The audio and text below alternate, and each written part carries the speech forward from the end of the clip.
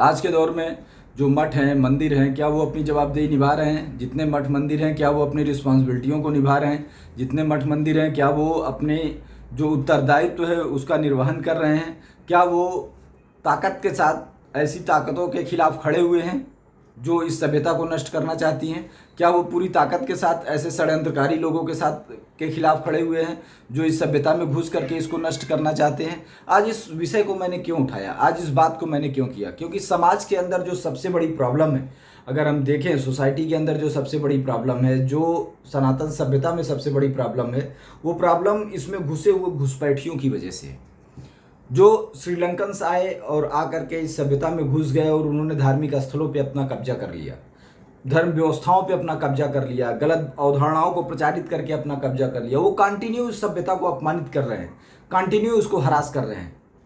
जो बाकी कंट्रीज़ के लोग आए, जो जूइस आए, पश्तून आए, बाकी के जो भी लोग आए घुसपैठिए बन के, जो हिंदू बन के, नकली हिंदू बन के हिंदुओं में शामिल हुए, वो कंटिन्यू अपमानित करने की कोशिश कर रहे हैं। बाकी की जो संस्थाएं हैं, बाकी के जो लोग हैं जो अपने आप को मध्येशियन बोलते हैं, जिन्होंने लिखा हुआ है राइटिंग में कि हमारा फैमिली मध्येशियन है, वो फैमिलीज भी आकर के और अपने आप को हिंदू सभ्यता में स्थापित करके उनके अंदर घुसपैठिए बन के किसी समाज में अपने आप को घुसा करके वो कंटिन्यू इस सभ्यता को खोखला कर रहे हैं, क्योंकि उनके अंदर इस सभ्यता को लेकर के प्रेम नहीं है।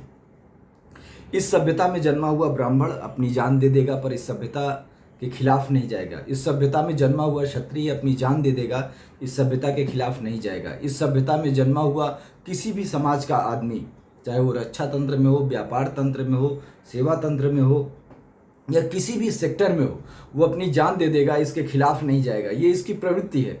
पर इसको डिस्टर्ब कौन कर रहा है? इसको डिस्टर्ब कर रहे हैं कुछ घुसपैठिए, वो लोग जो घुसपैठ कर चुके हैं, जो घुसपैठ करके अपने आप को स्थापित कर दिए हैं। अभी आप देखेंगे आजकल जो नई नई फफूदियों की तरह पार्टियां बन रही हैं, उसमें तमाम ऐसे लोग आपको मिलेंगे जो विचारधाराओं के खिलाफ बात करते हैं। किसी भी आप पार्टी में चले जाइए, कुछ लोग हैं जो मर्यादा पुरुषोत्तम की फोटो रख के मर्यादा पुरुषोत्तम के ही खिलाफ बात करते हैं। मर्यादा पुरुषोत्तम की फोटो लगा दिए हैं।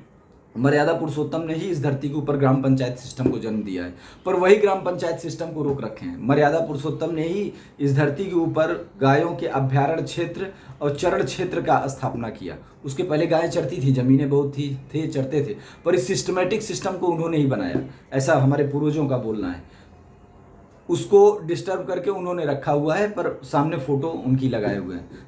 मतलब ये ऐसा ही है जैसे कालनेमी जब बजरंगबली जा रहे थे तो अलग ही जाप कर रहा था, पर बजरंगबली तो बजरंगबली हूँ, बैंड बजा के छोड़ते हैं। तो इसी तरीके से सारे समाजों में देखने को मिल रहा है।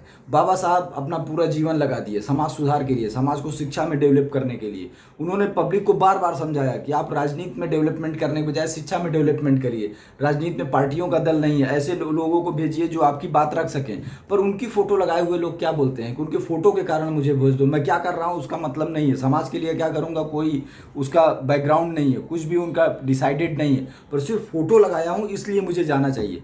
इस चीज़ से अब समाज को बचने की ज़रूरत है और समाज को इसका विरोध भी करने की ज़रूरत है।